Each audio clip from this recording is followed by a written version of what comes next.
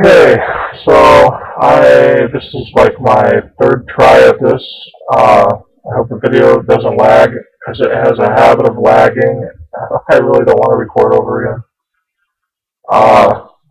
I have been procrastinating on making a video for this channel for a while, because I guess I am afraid of persecution, but the Bible tells us that we should be grateful for the persecution that we get for speaking His name. Jesus. And so I have been kind of hesitant, because I have had a lot of persecution on whenever I talk about Jesus and God. When those two topics come up, I get a lot of flack.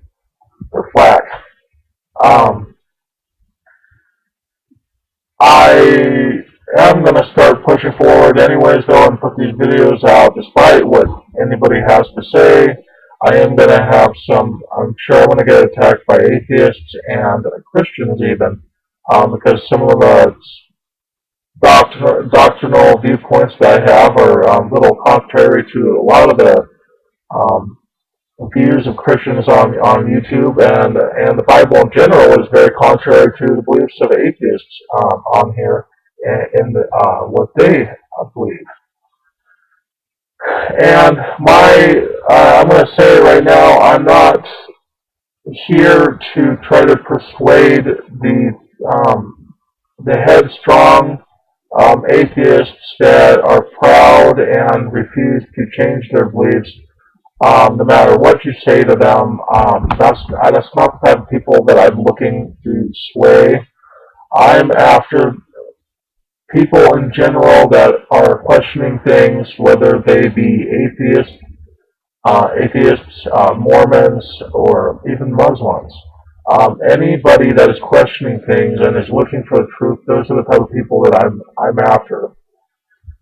I refuse to get locked into these retarded debates with people, because it leads to nowhere. In fact, even in the Bible, it says to stay away from,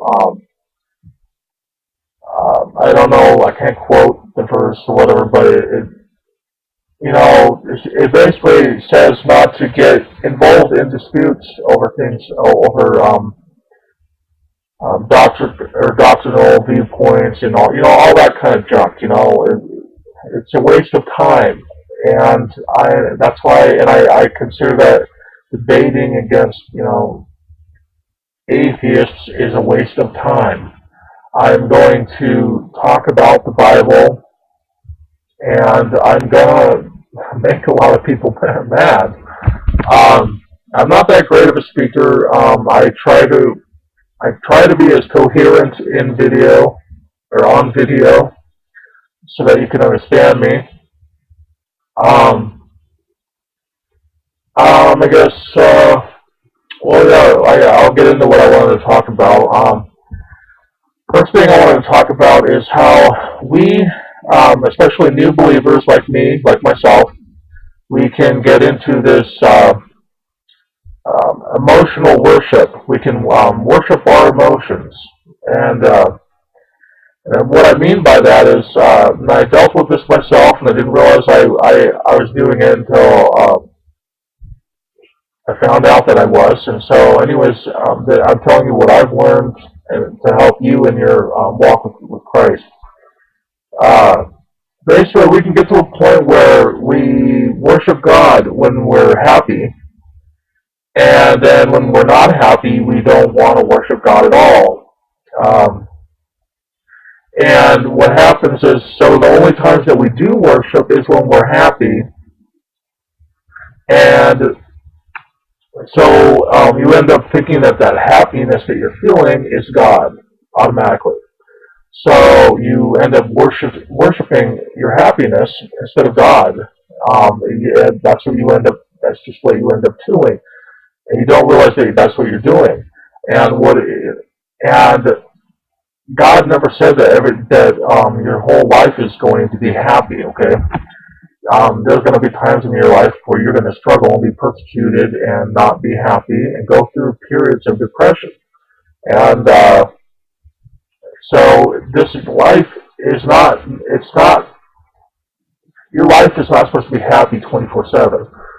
We are living in a society that is overly stimulated and by technology and all the entertainment and all these things. And as a result,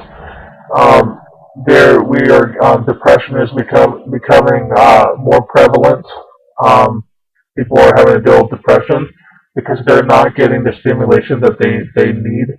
And the reason why is because they're so used to, they think that this is the norm, that the overstimulation that we're experiencing is the norm, and that you're supposed to be happy 24/7.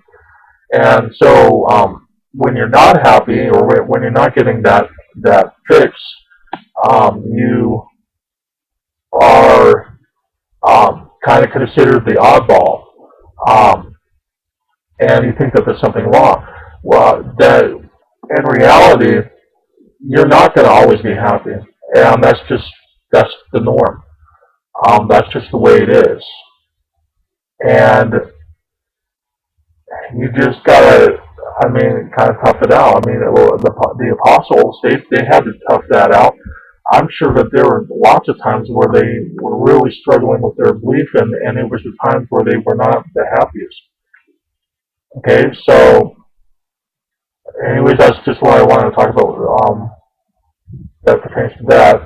The other thing I want to talk about is how a lot of these, especially new believers, people will end up putting their trust in their faith instead of their trust on God.